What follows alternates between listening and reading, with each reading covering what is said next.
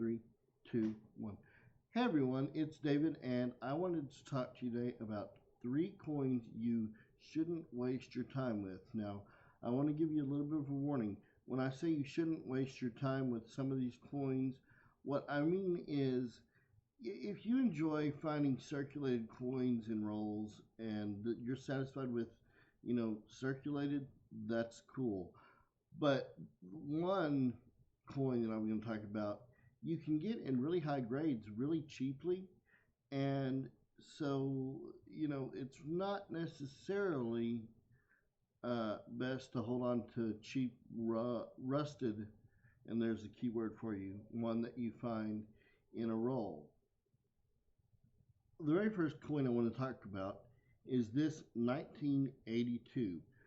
There are several combinations of large date, small date, and different mixtures of metals for 1982.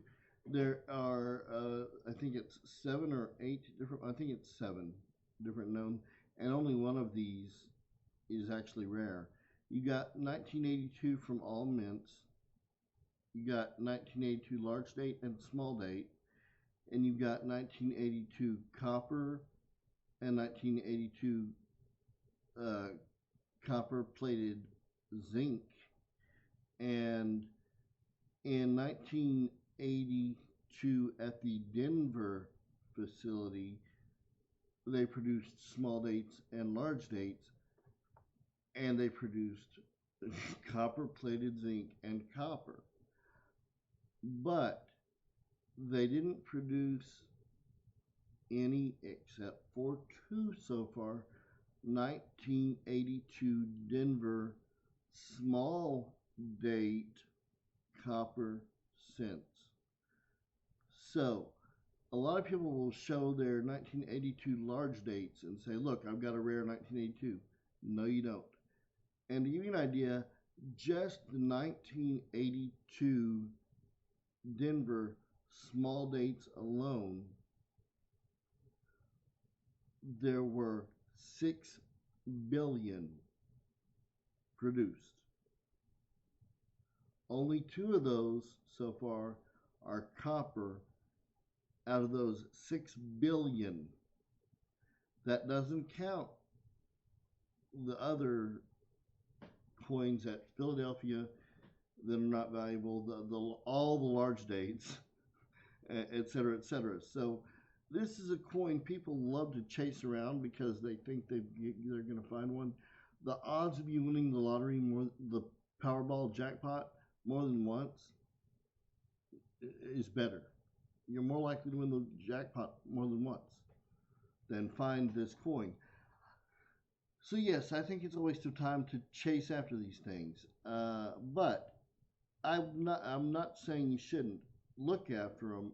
In that, if you find an 82 small date cent that's from Denver, I would go ahead and put it on the scale if you have a scale.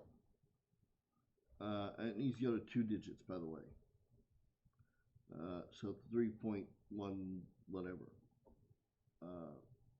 So that's the first coin.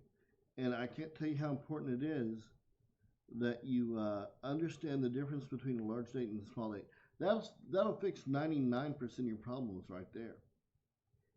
That really will. That'll fix 99% of your problems. You'll notice that the 2 here has a curve in it on the small date that the large date does not. And the 2 large date sticks out on the left just a little bit farther. It's kind of an ugly 2. Think of the 1982 as the pretty swan, and then the 1982 large date as the ugly duckling. All right, that just should help you. There are other differences too, but those are the most obvious to me. So that's number 1, is the 1982 Lincoln cents that you really are wasting your time with if you're trying to get rich fast. Number 2, and this is a pet peeve of mine, this is a 1955 poor man's doubled die. You didn't see me, but I put that in quotations. This is not a doubled die. It is also listed elsewhere as strike doubling. It's not strike doubling. This is die deterioration. And people thought, hey, this looks kind of cool. It looks similar in some ways to the 1955 major double die obverse. So we're going to call this the poor man's double die. I do not like that. I think that was setting a bad precedent, and it's confused a lot of people, especially beginners. There is nothing about this that is actual doubling.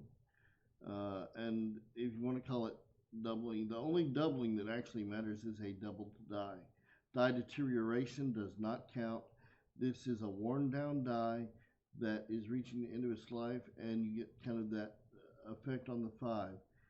It is not valuable. It is not worth more than face value.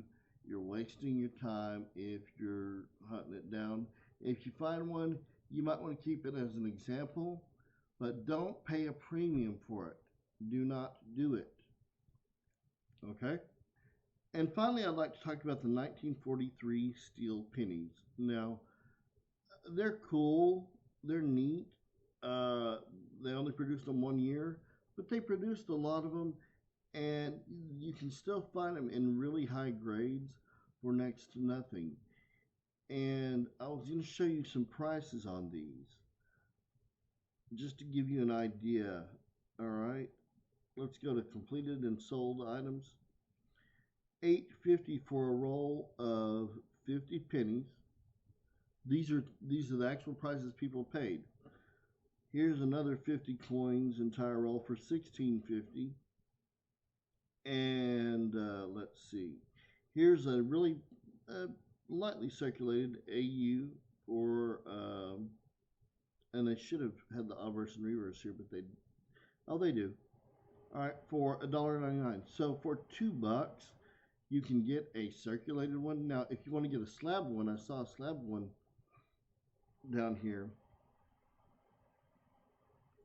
Here's a slab one that sold for $23, which, I mean, it's slabbed, so someone paid, probably that much to get it slabbed. And this is a 43D PCGS Mint State 624. My point with this one is you're probably going to find a lot of rusted, that was the hint earlier, examples of these in change. You can find a few, not a lot. I think a lot is an exaggeration.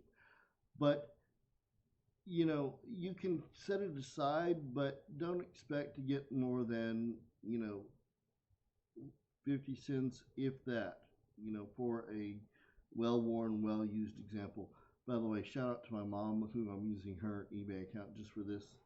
I forgot to sign into mine, so it's on hers. So anyway, thank you to her. But so those were really the 3 coins that I wanted to talk to you about that you're really, they're not bad, but, you certainly don't want to pay a premium for like the 43s, and you may or may not want to waste your time hunting out 1982s for the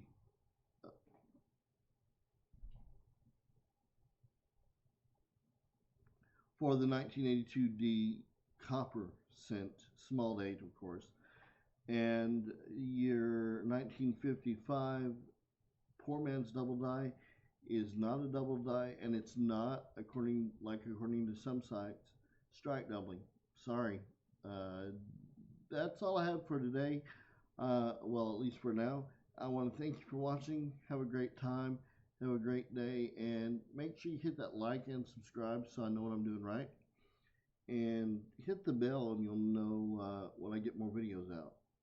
Thanks, guys.